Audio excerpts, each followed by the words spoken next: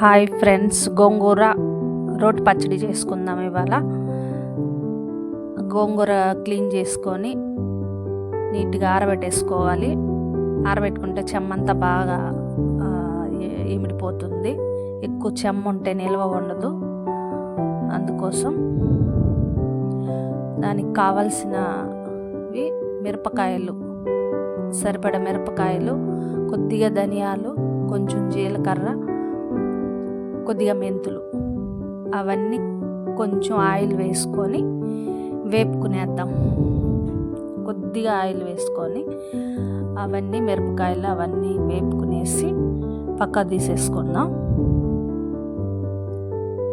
మరి మార్చుకోకుండా కొంచెం ఎర్రదొరగా తీసేసుకోవాలి. తీసేసుకొని ఎర్రదోరగా వేయించుకొని తీసుకునేసేయండి. తీసుకొని ఆయిల్ వేసుకొని గోంగూర బాగా తడి ఆరిపోయినాక ఆయిల్ వేసి గోంగూర వేసేసుకొని వాడ్చుకోండి. అందులో కొద్దిగా పసుపు యాడ్ చేసుకోండి. తగినంత ఉప్పు, తగినంత ఉప్పు, కొంచెం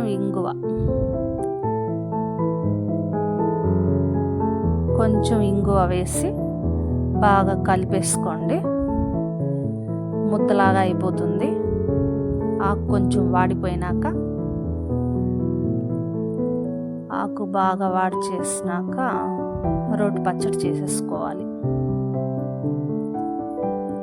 ఆకు వాడిపోయింది.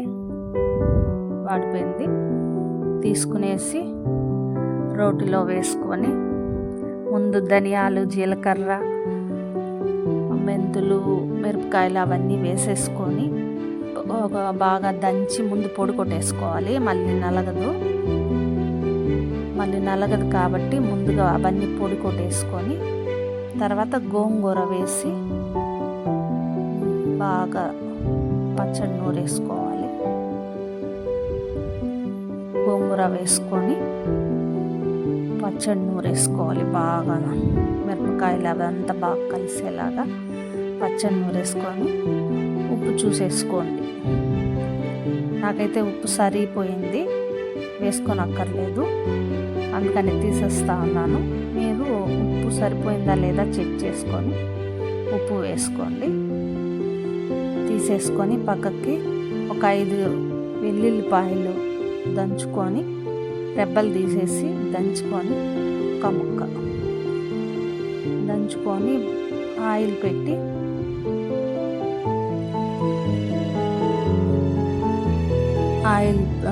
బాణలు పెట్టి ఆయిల్ వేసి కొద్దిగా అంటే చెమ్మంతా ఇండిపోయేదానికి తెల్లగడ్డ వేసేసి కొద్దిగా దోరగా వాడినాక పచ్చడి వేసేసి బాగా చెమ్మ ఇమిడిపోతుంది. జస్ట్ కాసేపు అట్లా ఇమిడిపోయినాక తీసేసుకొని